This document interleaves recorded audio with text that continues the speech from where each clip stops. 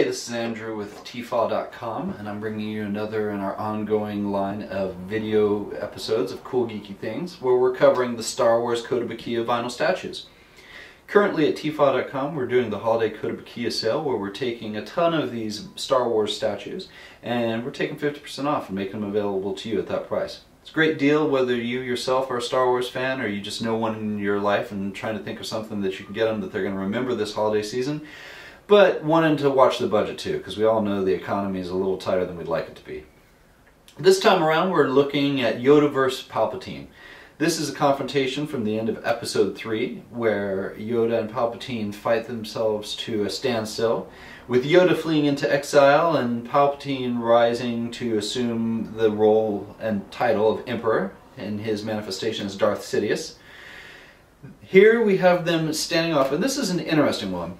For a variety of reasons. We've looked at a lot of these Star Wars Kotobukiyas over the past few episodes, and including the Ralph McQuarrie Vader vs. Luke, where we had them standing off in battle. But this is one of the few where two figures are actually connected together in conflict. And in this case, they are done so by means of this force lightning that is shooting between the two of them. So I'm going to come in and try and give you a better look at this.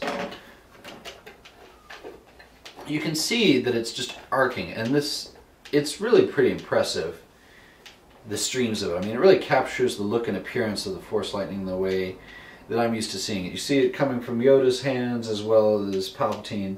And one thing I want to try and do here, and it's kind of hard since these two are joined, is I'd like to give you a better look at their faces.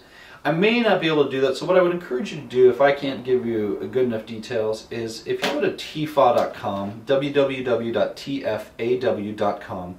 we have rotating 360-degree images of all these, so you can actually turn around and look at them to your heart's content and really see the detail better.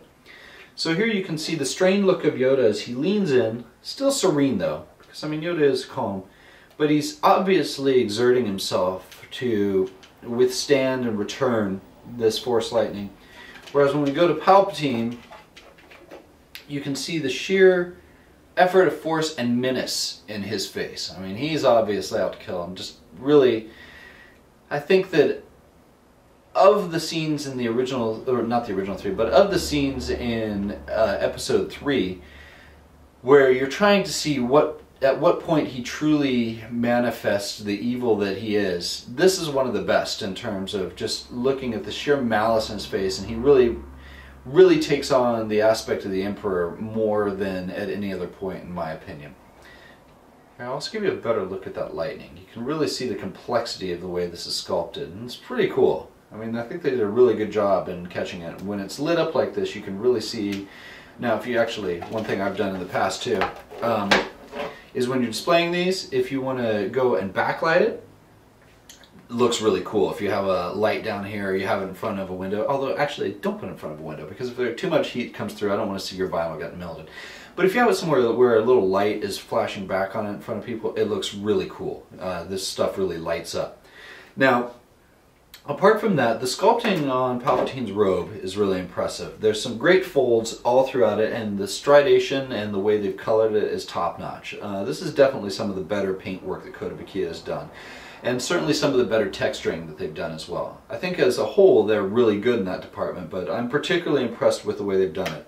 You're not going to be able to see it on the film, so I'm not going to bother trying to get in there too close, but if you look at the rotating 360-degree images I was telling you about earlier over at tfaw.com, you can really come in and see the texturing and the way they've really accurately captured the weave in the material on this robe. Same with Yoda. His is a lot rougher. Again, you aren't going to be able to see the detail as well as I'd like here, so please check out the rotating 360s. But there's a difference between them that makes it clear that it isn't a stock material or stock brush. They obviously were trying to capture the rough hue of this garment and the more immaculate feel of this in the way they're sculpted, so well worth checking out. Hair is also particularly well done, and there's a nice feature here that you can't see, but it's a brooch that clasps his robe together, and it's very nicely done. You can see a lot better in the 360 I was mentioning, as well as the bloodshot nature of his eyes and mouth. So, as a whole, this is a really good piece. I'm a big fan of it. I think anyone who likes either, and I gotta confess, I'm one of those guys who always roots for the bad guys, so I like Palpatine. Or Palpatine, as somebody told me it was, but I don't know, I like my pronunciation better. I think that these are definitely cool pieces, and it's a great conflict, and right now, since you can pick it up for 50% off, if you're gonna get it, now's the time to do it. Check it out and the rest of the stuff over at tfal.com. Like I said, there's a bunch of Star Wars Kotobukiyas we're currently featuring as part of this deal, and you can pick them all up for 50% off. And in the interim, until next issue of Cool Geeky Things, I'd like to remind you that whatever you're into, we've got just the thing for your collection, and keep geeking. I'll talk to you next time.